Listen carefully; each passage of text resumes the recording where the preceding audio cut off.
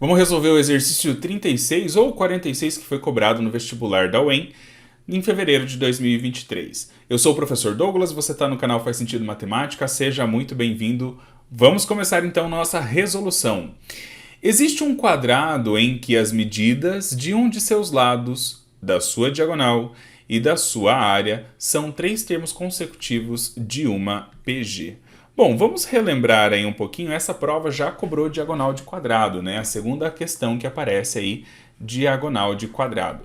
Então, nesse item 01, a gente tem os elementos lado, lado raiz de 2 e lado ao quadrado. Para ser uma PG, tem que existir uma relação, né, de proporção.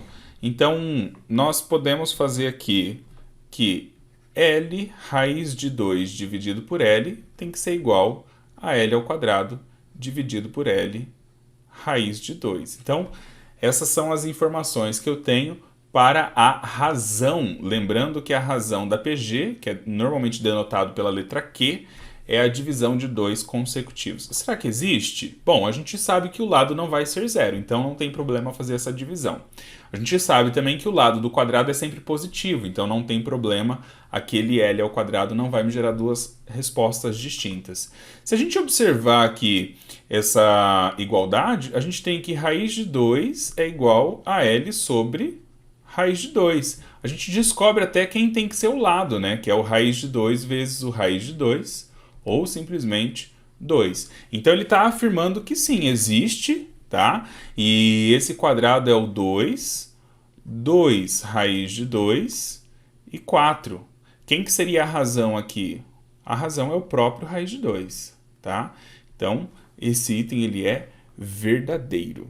O próximo item, o item 02, eu achei que ele quis dar uma pegadinha aqui, quis ver se o aluno estava prestando atenção ou não, porque ele fala: não existe um cubo em que as medidas de uma de suas arestas, da área e de uma de suas faces, né, da área de uma de suas faces e do seu volume são termos consecutivos de uma PA. Na hora que eu vi esse exemplo, eu já pensei assim, então tem que ser aresta, aresta ao quadrado e aresta ao cubo, né? Então eu tenho lá um cubo de aresta A, certo? Ele fala aresta, área de uma das faces e o volume. Só que existe um termo constante aqui que a gente pode considerar, tá? A PA, em que a razão é zero, ou seja, todos os termos são idênticos, e considerar o meu A igual a 1. Então existe uma PA sim, que é 1 ao quadrado e 1 ao cubo. E aqui ele fala não existe, certo? Então existe essa PA, a razão dela é zero, mas ela continua sendo uma sequência numérica aí, em que cada vez que eu somo essa razão que é zero, eu tenho o próximo termo. Então, esse item aí, ele é falso, tá? O item 04.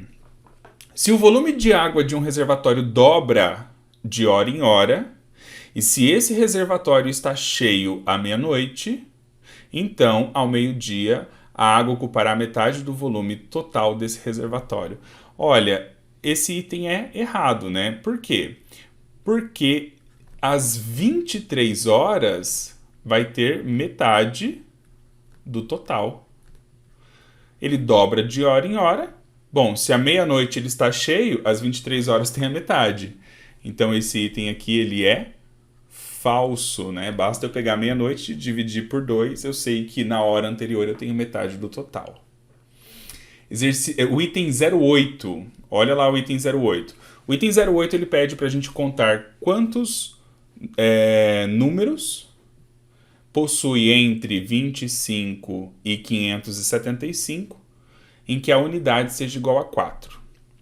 Aqui eu particionei, tá? Para fazer eu particionei. Então, primeiro de tudo, eu vi que começa pelo 34 e fui até o 94. Então, que termina, que tem os algarismos da unidade com 4 são esses: 3, 34, 44, 54, 64, 74, 84, 94. Isso me dá um total de 7 números, tá bem? Depois eu fui do 104 ao 194 e aqui eu tenho 10 números, perfeito? Agora, até o 494, então aqui se eu fizer 204 até 294, 304 até 394, 404 até 494. Eu sei que cada uma desses intervalos vão ter 10 números também. Então, 404 até 494. Então, aqui tem 10, 10 e 10. Aqui eu já tenho um total de 47 números. 47 números que termina com o algarismo 4 das unidades. Agora eu preciso ir até o 575. Então basta eu contar, né? Então a gente vai ter aqui o 504, depois o 514 e assim sucessivamente. Vai dar lá então mais 8 elementos. 8 números. Só contar. 504, 514, 524 e assim sucessivamente. O total vai ser 55 números. Então, esse item aqui ele é falso, porque ele afirma que são 65. E a gente encontrou 45. Agora, o item 16, ele é bem interessante, porque ele fala que a soma n, né, a soma Sn, dos n primeiros termos de uma PA é uma função quadrática de variável n.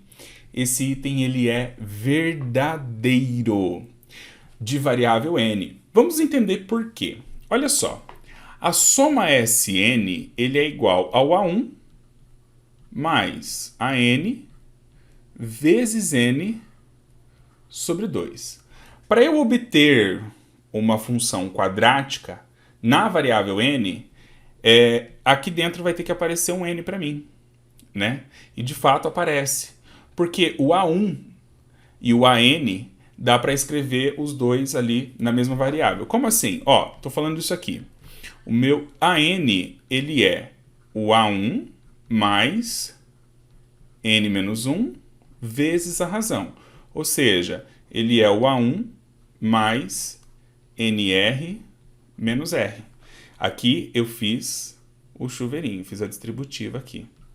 Agora, se eu pegar esse valor e substituir lá em cima, na equação que está em preto, do Sn, vai aparecer isso aqui para nós, ó. A1 mais NR menos R vezes N sobre 2. Bom, o que está acontecendo aqui, ó? Esse N, ele vai fazer uma multiplicação com N.